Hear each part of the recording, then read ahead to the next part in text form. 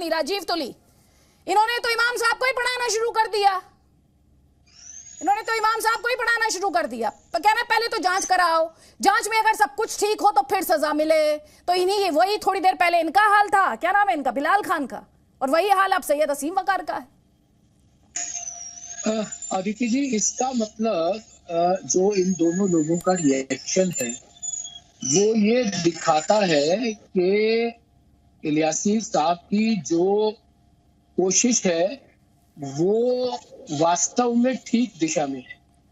देखिए, ये जो लोग अभी फ्रीडम ऑफ एक्सप्रेशन की बात कर रहे थे, अभी गंगा जमुनी तहजीब की बात कर रहे थे या करते हैं जनरली, केवल एक मीटिंग से, इलियासी साहब और मोहन भागवत की एक मीटिंग से इनको इतनी परेशानी हो गई है कि ये सर तन से जुदा की धमकी देने वालों का समर्थन करने पर उतर आए। आज काबुल में एक फिदायीन धमाका हुआ जिसमें कम से कम 100 बच्चों की मौत हो गई, और ज्यादातर जो बच्चे हैं वो हाजरा और शिया समाज के बच्चे। आप अगर इनसे अभी पूछेंगे ना तो ये उसको भी जस्टिफाई कर देंगे कि जिसने ये फिदायीन अटैक किया है उसने ठीक किया है, उसकी जो है वो फ्रीडम ऑफ एक्सप्रेशन है, उसको लगा कि ये शिया और हाजरा बच्चे हैं, सुन्नी बच्चे नहीं है, इस कारण से इनका मर जाना ही ठीक है।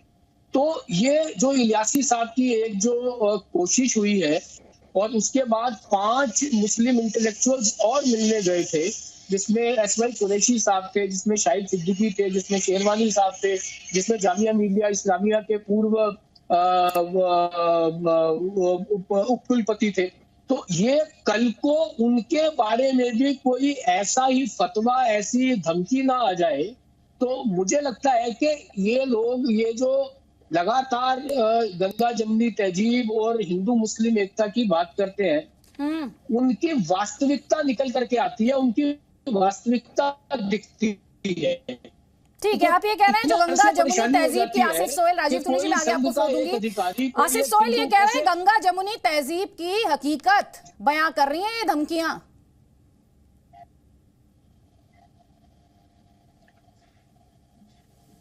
मेरे इलियासी साहब की इज्जत करता हूँ, वो बड़े हैं हमारे, बट देखिए उन्होंने कुछ गलत बात नहीं की।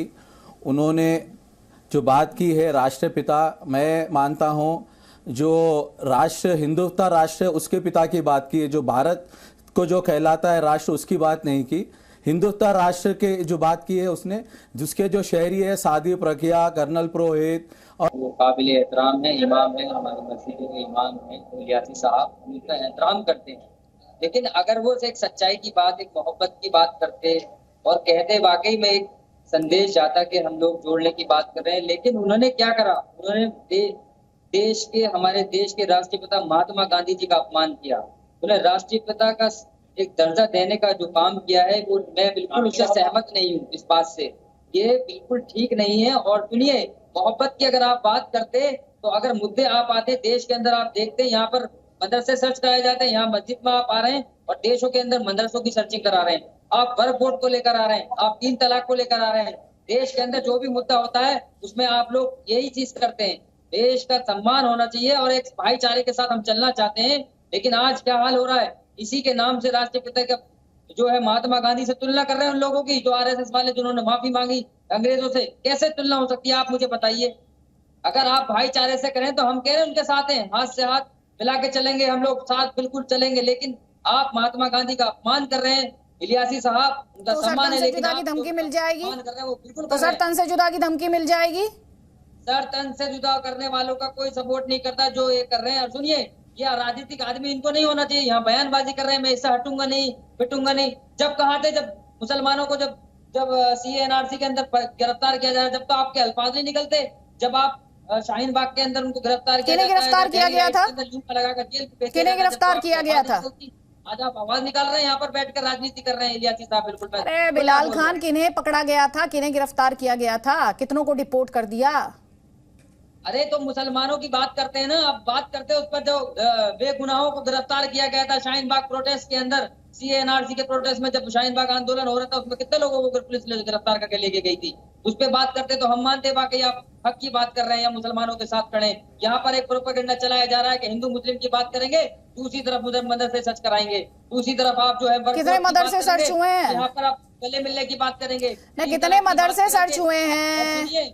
नहीं नहीं नहीं, और सुनिए, गिरफ्तारी सिर्फ घरों से उठाकर ले गई पुलिस, घरों से उठाकर ले गई पुलिस। देखिए पीएफआई का मसला अलग है, पीएफआई को ना आतंकवादी साबित कर दिया, ये तो हर किसी को आतंकवादी साबित कर देंगे जब इनकी दोस्ती बनेगी ना आरएसएस से। इनके सबको मालूम है देश भाई आपका हाल बहुत ही विचित्र है, आप खुद ही वकील हैं, आप खुद ही जज हैं, आप जस्टिस भी खुद हैं, आप खुद ही वकील भी हैं, आप सब आप आरोप भी लगा देंगे, आप उस पर पैरवी भी कर लेंगे, जिरह भी कर लेंगे और फैसला भी सुना देंगे। बहुत ही विचित्र हालत है आपकी सर। कहा राष्ट्रपिता महात्मा गांधी जी का नहीं, बहुत ही विचित्र हालत में है आप इस वक्त कि आप खुद ही आरोप लगा लेते हैं, एक के बाद एक आरोप पे आरोप लगा रहे हैं। फिरोज बख्त साहब ये एक के बाद एक आरोप, इनको तो भी ट्रिपल तलाक की भी टीस है, ट्रिपल तलाक में भी इनको लग रहा है कि टारगेटिंग की गई थी। मुस्लिम महिलाओं के हक की बात की जाए तो इनको लग रहा है कि उसमें भी टारगेटिंग थी। अरे तो उनके हाँ देखिए, ऐसा है अदिति जी, आपको मेरी आवाज आ रही है? जी आ रही है मुझे आपकी आवाज। हाँ, मैं यस करना चाहूंगा, मैंने सबकी बातें सुनी। देखिए सवाल उठाया गया, एक जो है क्रिटिसाइज किया गया इमाम उमैर अहमद इलियासी साहब को, जो हमारे इमाम भी हैं, अमाइद भी हैं, काबिर भी हैं, आलिम भी हैं। और अभी डॉक्टर अब्बास ने बड़ी अच्छी बात कही कि ये एक आजाद मुल्क है, इसमें हर एक को अपनी बात कहने का हक है। अगर इमाम साहब ने ये कह दिया कि डॉक्टर मोहन भागवत देश के राष्ट्र ऋषि हैं, राष्ट्रपिता हैं, तो इसका मतलब ये नहीं कि महात्मा गांधी की बेइज्जती हो गई या उनको उनके पेडेस्टल से नीचे कर दिया गया। देखिए, अगर वो सोचते हैं कि वो राष्ट्रपिता हैं, तो राष्ट्रपिता अगर महात्मा गांधी हैं तो वो भी राष्ट्रपिता हैं। इमाम उमैर अहमद इलियासी ने ये हरगिज नहीं कहा कि गांधी जी की जगह वो राष्ट्रपिता हो गए। ठीक है, गांधी जी की तरह एक राष्ट्रपिता वो भी हैं, उसमें कोई आपत्ति नहीं है। और उसके बदले में ये कहना, उनको ये धमकी मिलना कि हम सर तन से जुदा कर देंगे, ये ना तो इस्लाम का कानून है, ना ये भारत का कानून है, ना इंग्लैंड का कानून है, ना ही इंसानियत है। तो मैं इसमें ये कहना चाहूंगा, जो लोग इस बहस को फजूल तरीके से आगे बढ़ा रहे हैं, इमाम साहब ने कोई बात गलत नहीं की है। लाखों लोग अब तक इमाम साहब के पीछे नमाज पढ़ चुके हैं। मैं इमाम साहब के, इनके वालिद का बता दूं, इनके जो वालिद साहब थे, हमेशा से उन्होंने हिंदू और मुस्लिम के बीच में पुल बनाने की कोशिश करी। ठीक है, तो prophet Muhammad peace be upon him, अगर आज आप जिंदा होते तो हरगिज़ आप उन लोगों को जो कहते हैं हम सर को तन से जुदा कर देंगे, उन लोगों को सख्त सजा देते और उनको नेकी की तौफीक देते। इस्लाम का टोन और टेन्योर नहीं है। बिल्कुल सही कहा कि अक्रॉस द बॉर्डर पाकिस्तान से सर तन से जुदा है, इस्लाम का है ही नहीं।